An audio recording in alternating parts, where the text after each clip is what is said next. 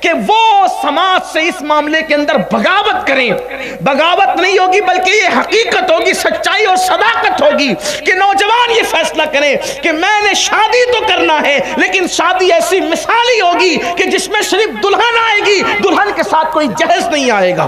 حال ہی میں ایک بچی کی کلپ چل رہی ہے, رلا دینے والی کلپ ہے. مسلمانوں کو تو چلو بھر پانی میں ڈوب کر مر جانا چاہیے ایسے موقع پر کہ لوگ آج ہمیں بتا رہے ہیں کہ دیکھو یہ مسلمانوں کا حال ہے کہ جہیز کے مطالبے نے ایک بچی کی جان لے لی اور وہ انتقال کر گئی. یہ تو ایک کلپ ہے جو وائرل ہوئی ہے. اس طرح کی کتنی بچیاں ہیں جو جہیز کے نام پر جو ہے اپنی جانوں کو قربان کر دیتی, جن کے گھر اجڑ جاتے ہیں, جن کی زندگیاں اجڑ جاتی, جن کی زندگیاں تباہ ہو جاتی ہیں. میری مائیں اور بہنیں اگر یہاں پر موجود ہیں تو میں اپنی گفتگو کو آگے بڑھانے سے پہلے اگر بات جہیز کی نکلے تو عرض کروں گا کہ لوگ یہاں دین کو جو ہے وہ معاذ اللہ گویا کہ یوز کرتے ہیں. جو چیز ان کو ہضم ہونی ہے ان کے مفاد کی ہے, اس وقت ان کو دین یاد آتا ہے. جیسے مثال کے طور پہ جب مہر مقرر کریں گے تو ان کو دین یاد آئے گا, انہیں حدیثیں یاد آئے گی کہ اللہ کے رسول علیہ السلام نے فرمایا سب سے زیادہ بابرکت نکاح وہ ہے کہ جس میں مہر کم مقرر کیا جائے. تو یہ تو آپ کو یاد رہا, لیکن آپ کو یہ کیوں یاد نہیں رہا کہ حضور علیہ السلام نے 11 شادیاں کی ہے, 11 نکاح فرمائے ہیں. 11 میں سے کسی ایک مقام پر بھی آپ کو پتہ چلتا ہے کہ اللہ کے رسول علیہ السلام نے کسی سے جہیز طلب فرمایا ہو, جہیز مانگا ہو جو تم مانگتے ہو؟ اللہ کے حبیب علیہ السلام نے تو اپنی زمین پر گرا ہوا کوڑا بھی جو جانوروں کو ڈرانے کے لیے اٹھا کر کے انہیں تنبیہ کی جاتی ہے یا جانوروں کو مارا جاتا ہے, اسے کوڑا کہتے ہیں.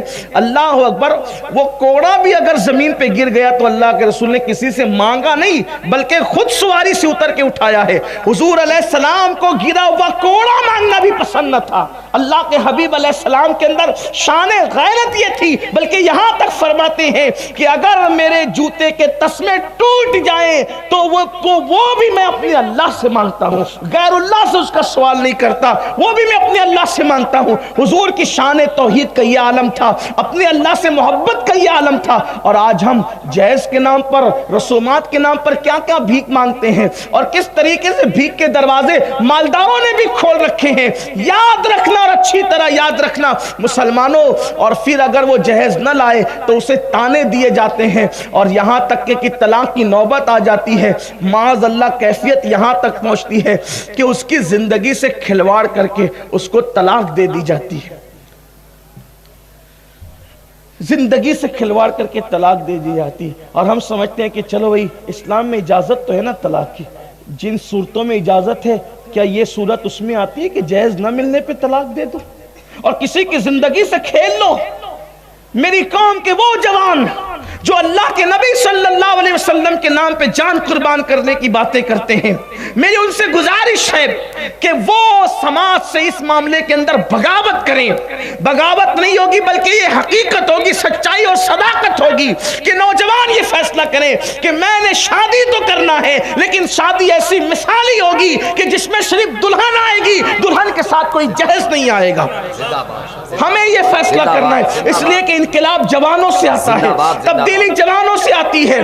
یاد رکھیں اگر آپ نے ایسا کیا اور آپ نے کسی کی فکر کو دور کر دی, کسی غریب ماں باپ کی سوچ اور فکر کو, ان کے بوجھ کو دور کر دیا, تو یاد رکھنا مالدار جہیز دے گا تو اپنی طاقت کے مطابق دے گا, لیکن کسی غریب کی فکر کو تم دور کر دو گے تو جب اللہ تمہیں دے گا تو اللہ تمہیں اپنی شان کے مطابق عطا فرمائے گا. بندے کا دیا ہوا ختم ہو سکتا ہے, اللہ کا دیا ہوا کبھی ختم نہیں ہو سکتا, تو اللہ آپ کو اپنی شان کے مطابق عطا فرمائے گا.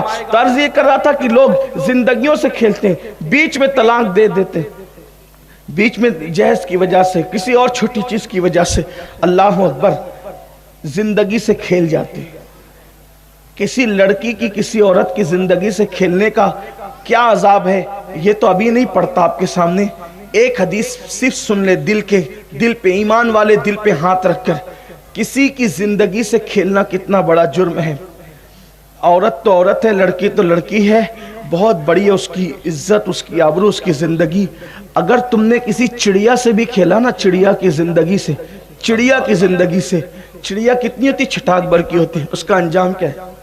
لیکن یہ حدیث پڑھنے سے پہلے ایک اور طرف اشارہ کرتا ہوں.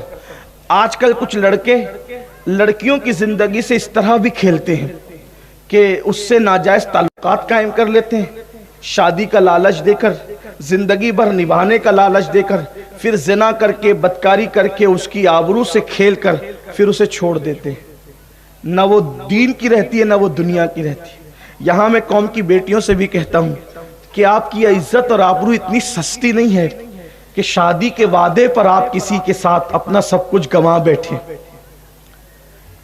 یاد رکھنا، دنیا کی ہر دولت ختم ہو جانے کے بعد آدمی کما سکتا ہے، لیکن آبرو اس دولت کا نام ہے کہ ایک مرتبہ چلی گئی بے شک بے شک تو دوبارہ پھر آپ اس کو نہیں خرید سکتے، بازار سے نہیں خریدی جا سکتی، دولت کے ذریعے سے اس کو جو ہے وہ نہیں کمایا جا سکتا، اس کو حاصل نہیں کیا جا سکتا، بلکہ مر کے زندہ ہو جائیں تو بھی آپ دوبارہ وہ دولت حاصل نہیں کر سکتے۔ اس لیے قوم کی بیٹیوں سے کہتا ہوں کہ غربت کی چکی میں پسنا تو غربت سے خوف کھا کر، کسی کی دولت پر للچا کر کبھی اپنی آبرو کا سودا مت کر۔